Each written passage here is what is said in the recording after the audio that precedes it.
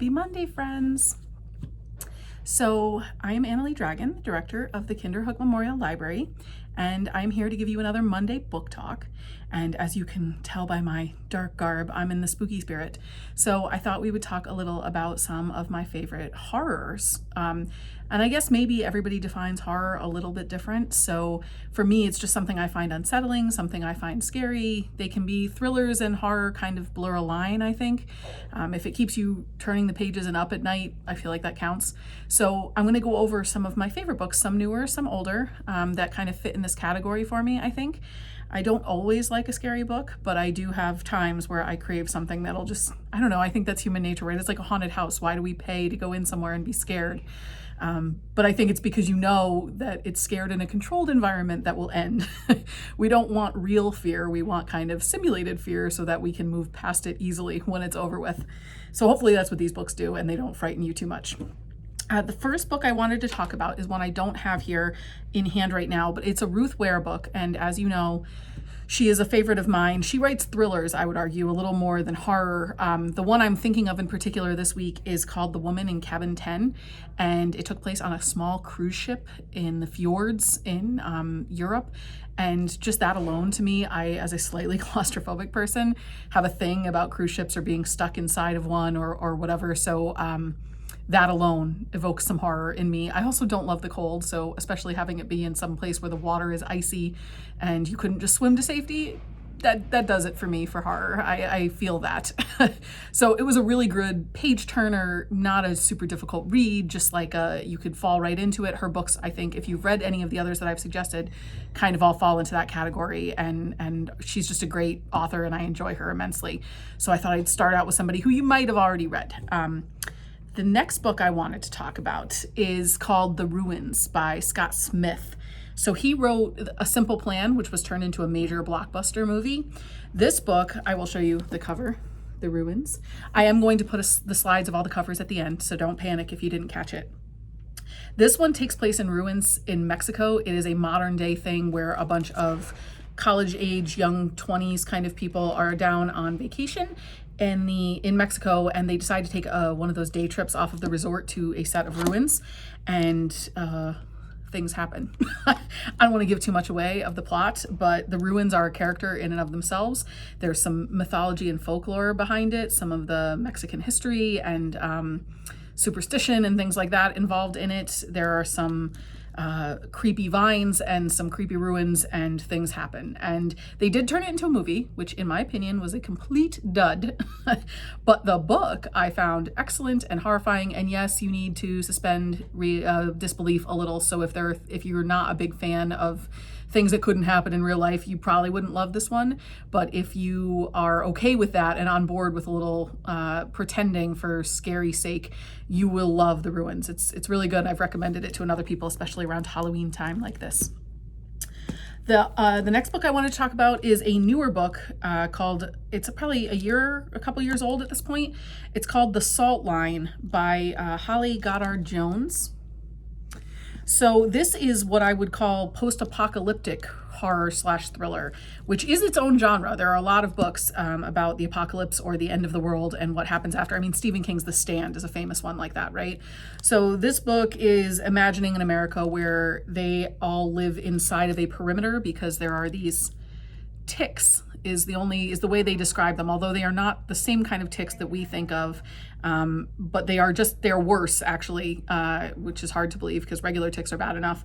And so they live inside of the salt line is what keeps the ticks from entering the perimeters.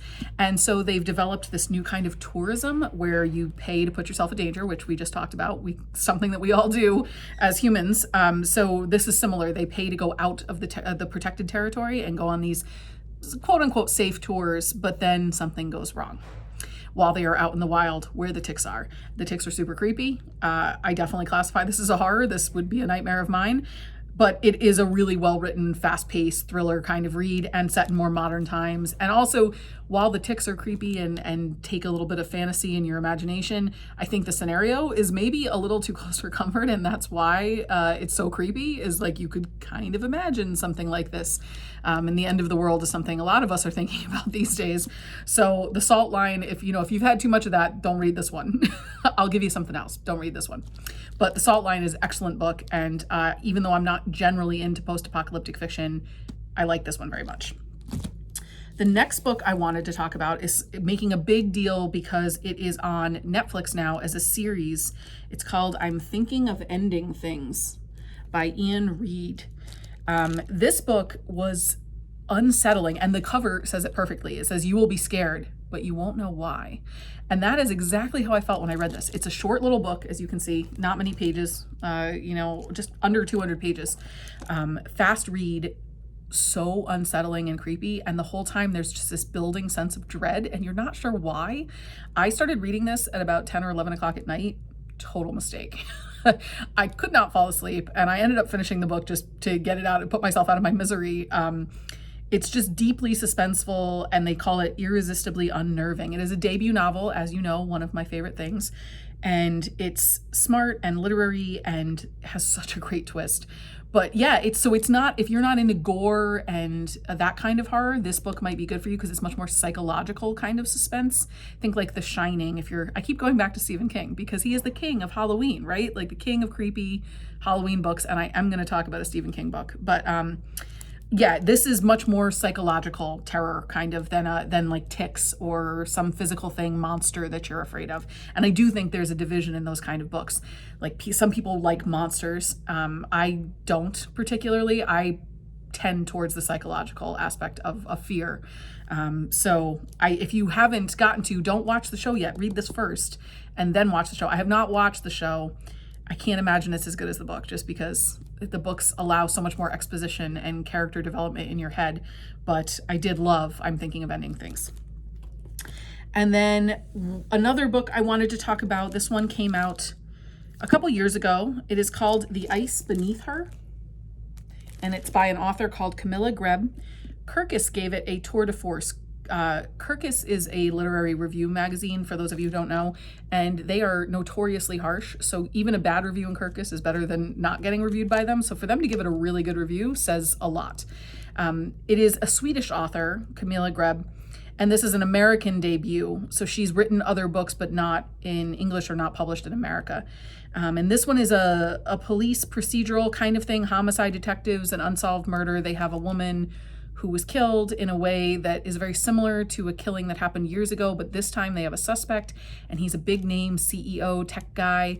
And so the police are investigating. The last paragraph of the cover says, "Pursuing the same mysterious man for different reasons, this woman and the police are destined to cross paths in a chilling dance of obsession, vengeance, madness, and love gone hellishly wrong."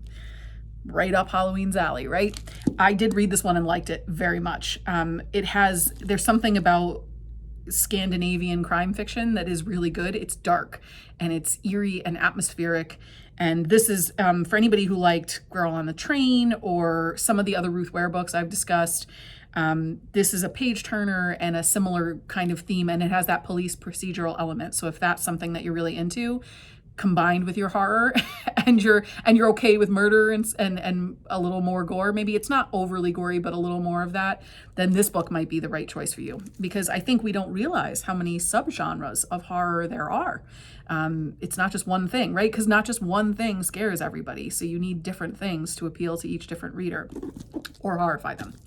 And the last book I wanted to talk about, I don't have in front of me, but is a classic. So when I started reading Stephen King, the one who is like the Halloween patron saint, I think, I started at the beginning of his books, the early books that he published. And one of the first ones was Salem's Lot. And I will tell you, I stand by that as being one of his best books.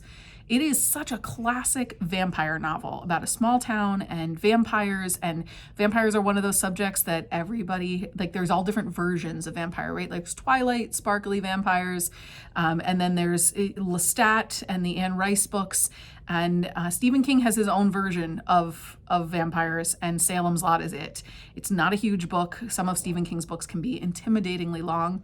Salem's Lot isn't. If you have never read Stephen King, great intro to him, I think. And I just still think it's a classic vampire novel. So I do think, though, there is a Stephen King novel for every kind of horror that you're interested in. Post-apocalyptic, you can read The Stand. Monsters, you can read It or Pet Sematary. So there's just a ton of really great Stephen King books if you're into creepy, horror, spooky reads. So anyway, if you all have any questions about that, let me know, and I'd be happy to recommend one. Otherwise, I hope that you all have a fantastic Halloween, and I hope you're all celebrating. I know it's a little different this year, but I still think we can put on our spooky spirits a little, and a little escapism, do something fun, read a scary book, give yourself a little chill. I will be back next week. I look forward to these each week, so I hope you do too. And I love hearing from you. So if there's anything you're looking for or a book that you liked that I talked about, please let me know, because it's great to get that feedback. We miss you very much. We hope you make appointments and come in and visit us, browse some books. You could borrow any of these that I talked about. You can certainly still do curbside. If that's your thing, that's fine too. And keep your eyes open. We have some online programming going on, and we miss you all very much. And we'll talk to you next week, okay? Bye, everyone.